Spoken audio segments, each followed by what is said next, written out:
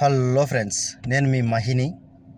నేనైతే Uppal Balu Bigg Boss controversy జరిగినప్పటి నుంచి కొంచెం బిగ్ బాస్ మీద ఎందుకో కొంచెం ఇంట్రెస్ట్ పెరుగుతూ ఉంది. దానివల్ల నేను ఎపిసోడ్ 1, ఎపిసోడ్ 2 కూడా చూసేసిన. రీసెంట్గానే ఎపిసోడ్ 3 చూసిన. దాని గురించి అయితే నేను రివ్యూ చెప్పాలనుకుంటున్నాను. నాకేమనిపించింది, ఏంది అసలు ఈ బిగ్ బాస్ 10 ఎందుకు ఇంత కాంట్రవర్సీ అయింది, దానివల్ల ఎవరికి ఉపయోగం అనేది కూడా మనం క్లియర్గా మాట్లాడుకుందాం. వీడియో మాత్రం ఎండ్ వరకు చూడండి. ప్రతి ఒక్కరి గురించి నేను మాట్లాడతా. దయచేసి వీడియో నచ్చితే మీకు ఖచ్చితంగా ఛానల్ మాత్రం సబ్స్క్రైబ్ చేయండి. మన దగ్గర నుంచి బిగ్ బాస్ సీజన్ 10కి సంబంధించి ప్రతి ఒక్క ఎపిసోడ్ గురించి రివ్యూలు అయితే ఖచ్చితంగా వస్తాయి. నేను కూడా ఒకటి ఉన్నానని మీరు గుర్తించండి అనమాట. అది ఫ్రెండ్స్, వీడియోలోకి ఎంటర్ అయిపోదాం. కంటెస్టెంట్ వచ్చేసి శివ సృష్టి అనమాట. ఈ అమ్మాయి రావడంతోనే మంచి వైబ్, ఒక మంచి సాంగ్తో వచ్చేసింది. దానివల్ల వి లవ్ బ్యాడ్ బాయ్స్ అనుకుంటా ఏదో ఒక మొత్తానికైతే ఒక పాజిటివ్ వైబ్ని అయితే తీసుకొచ్చేసింది అనమాట. దానివల్ల ఈ అమ్మాయికి 2 గ్రీన్ 1 రెడ్ అయితే వచ్చింది. ఆ రెడ్ కూడా మన తెలుసు కదా, బిందు మాధవి గారు ఇచ్చేసినారనమాట. ఈవిడ ప్రతి ఒక్కరికి రెడ్ ఇస్తారు, ఈవిడకి ఏం కావాలో నాకైతే అర్థం కాదనమాట. మొత్తానికైతే శివసృష్టి అయితే ఒక మోడల్ అండ్ ముంబైలో చాలా స్ట్రగుల్ చేసింది. ఈవిడ కొంచెం బిగ్ బాస్ హౌస్లోకి వెళ్ళే ఛాన్సెస్ అయితే ఉన్నాయి నాకు తెలిసి. ఎందుకంటే నెక్స్ట్ రౌండ్ ఏదైతే ఉందో వీళ్ళకు అది కొంచెం క్రూజల్ అయిపోతుంది అనమాట. ఈవిడైతే నాకు పర్లేదు, బాగానే నచ్చింది. ఈవిడ యొక్క స్ట్రగుల్స్ కానీ, ఈవిడ యొక్క ఏదైతే మోటివ్ ఏదైతే ఉందో స్ట్రైట్ ఫార్వర్డ్ బాగానే ఉంది.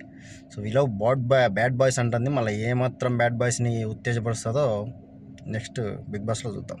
కంటెస్టెంట్ వచ్చేసి మన అయ్యప్ప సాధు రామం అనుకుంటా 2 వేరియేషన్స్తో మొత్తానికైతే గెటప్ వేసుకొని వచ్చేసినాడు అనమాట. ఈయన రియల్ లైఫ్లో పూజారి విత్ డ్యాన్సరు, సింగరు, రకరకాల మల్టీ టాలెంటెడ్ అనమాట.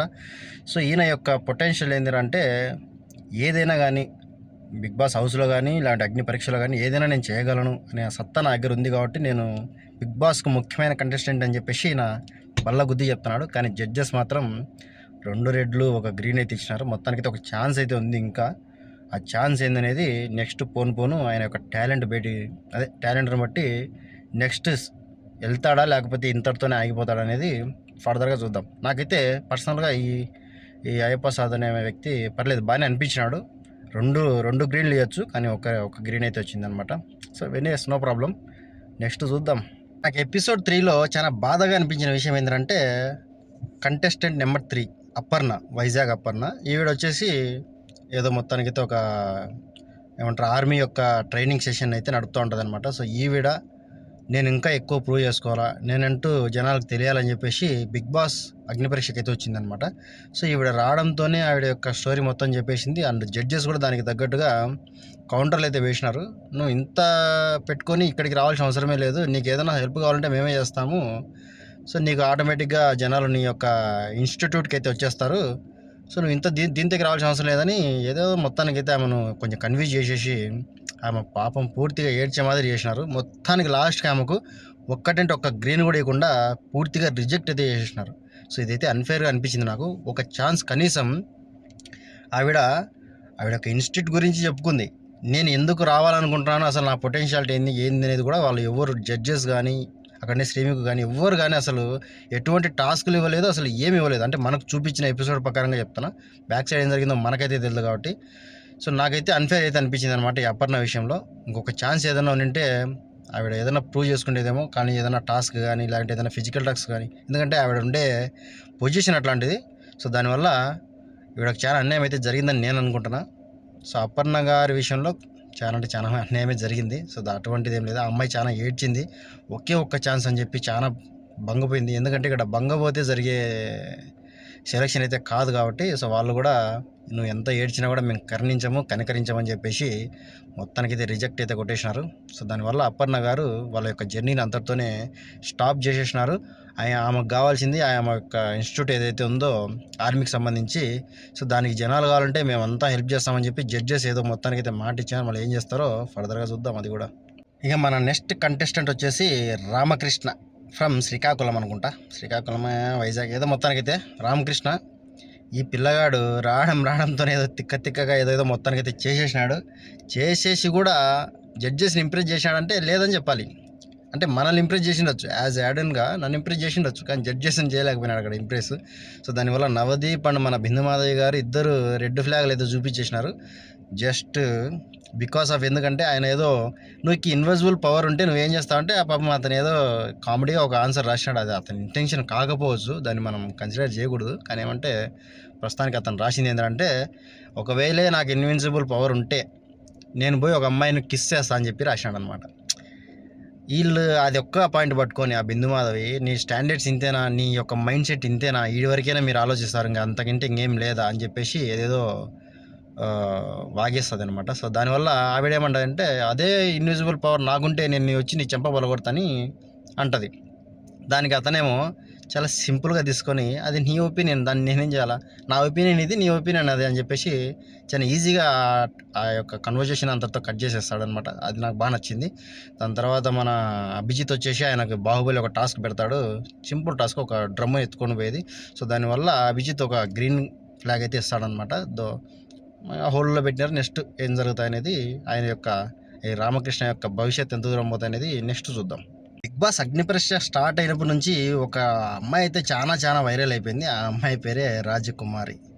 ఈ అమ్మాయి చున్నీకి నలుపుగా ఉన్నా కూడా ఆమె మనసు చాలా తెలుపు అండ్ వెరీ యొక్క ఆమె రేర్ క్వాలిటీ ఆమె దగ్గర ఏంటంటే, ఆమె చాలా ధైర్యవంతురాలు, మంచిగా సిచ్యువేషన్స్ బాగా హ్యాండిల్ చేసింది.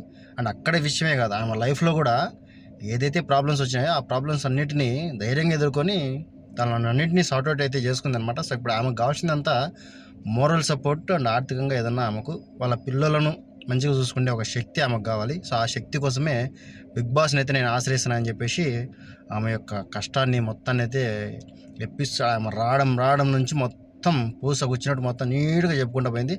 సో దానివల్ల అక్కడుండే జడ్జెస్ కానీ, మనం కానీ, చూసే జనాలు కానీ, వీళ్ళంతా ఫుల్ ఎమోషనల్ అయిపోయి ఆవిడకి చాలా కనెక్ట్ అయిపోతారు. ఎందుకంటే ఇటువంటి చాలా అంటే చాలా మందిలో ఇట్లాంటివి జరుగుతూ ఉంటాయి. హస్బెండ్ సరిగా చూసుకోకపోవడం కానీ, తల్లిదండ్రులు సరిగా చూసుకోకపోవడం కానీ, సొసైటీ ఏదైతే సమాజం ఉందో సమాజంలో కూడా వీళ్ళ మీద చాలా నెగిటివిటీ ఉంటుంది. ఇట్లాంటి వాళ్ళను ఏమంటారంటే, మన భాషలో చెప్పాలంటే చాలా తప్పు పదాలు వస్తాయి, ఎంత వదిలేండి. సో అట్లాంటి వాళ్ళ మీద చాలా చులకన భావం అయితే ఉంటుంది. సో అవన్నీ అధిగమించి ఆవిడ ఇంత స్టేజ్ వరకు వచ్చిందంటే అది ఆవిడ యొక్క శ్రమ, కృషి, పట్టుదల మెయిన్గా ఆమెకు చాలా ఉందన్నమాట. సో దానివల్ల ఈవిడ ఖచ్చితంగా బిగ్ బాస్ టైటిల్ విన్నర్గా నేను అంటే టాప్ 10లో టాప్ 5లో ఉంటుందని నేను అనుకుంటున్నా. సో నా గట్స్ ఫీలింగ్ అయితే ఈవిడ టాప్ 5లో ఖచ్చితంగా ఉంటుంది, ఒకవేళ బిగ్ బాస్కి సెలెక్ట్ అయిందంటే. ఎందుకంటే ఇట్లాంటి వాళ్ళు రేర్గా మనకు దొరుకుతారు. సో అట్లాంటి వాళ్ళు మనం కాపాడుకోవాలి, ఓట్లేసి కూడా కాపాడుకుందాం. అది కంటెస్టెంట్ వచ్చేసి మన లయ ఫ్రమ్ హైదరాబాద్. ఈవిడ రాగానే మంచి రైమింగ్ అండ్ టైమింగ్తో మంచి డైలాగులు కొట్టిందనమాట. So Hyderabad, Secunderabad, old city మొత్తం తిప్పి కొడితే ఎట్లుంటుందో, సేమ్ బిర్యానీ టేస్ట్ ఏదైతే ఉంటుందో హైదరాబాద్ బిర్యానీ టేస్ట్, ఆ విధంగా ఈవిడ వచ్చి రాగానే మంచి పాజిటివ్ వైపు అయితే తీసుకొచ్చింది. సో జడ్జెస్ కూడా పాజిటివ్గానే 2 గ్రీన్లు 1 రెడ్ అయితే ఇచ్చినారు. అండ్ మొత్తానికైతే ఈవిడ జున్నికి ఎట్లుంటుందంటే చాలా బక్కగా, ఈవిడేం ఆడతాయిలే, ఇలాంటి ఈవిడేం మాట్లాడతాయిలే అని చెప్పేసి అందరూ అనుకుంటారు చూసేటోళ్ళు. కానీ ఈవిడ దగ్గర మంచి టాలెంట్ అయితే ఉంది. సో నవ్విస్తుంది, ఫిజికల్ టాస్క్లు కూడా చేస్తానని చెప్పేసి ఒక ఫిజికల్ టాస్క్ కూడా చేస్తుంది అక్కడ మీరు చూస్తే.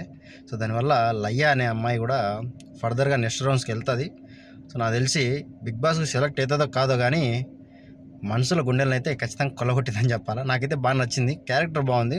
సో ఆవిడ యొక్క మోడ్యులేషన్ కానీ, తెలంగాణ స్లాంగ్ మాత్రం గద్దరు లేపేసింది అనమాట, బ్రహ్మాండంగా మాట్లాడుతుంది. సో దానివల్ల ఆమెకు 2 గ్రీన్లు 1 రెడ్ అయితే వచ్చింది. నాకు పర్సనల్ కూడా బాగా నచ్చింది, అదైతే ఇబ్బంది ఏం లేదు. లాస్ట్ బట్ నాట్ లీస్ట్ మన వెంకీ వైబ్స్ వచ్చిన తర్వాత ఒక మంచి డైలాగ్తో మొత్తం బిగ్ బాస్ అగ్ని పరీక్షకే మంచి వైబ్ తీసుకొస్తాడనమాట. ఆ వైబ్ తీసుకొచ్చిన తర్వాత త్రూ అవుట్ ఆ కామెడీ టైమింగ్ మాత్రం మెయింటైన్ చేస్తాడు.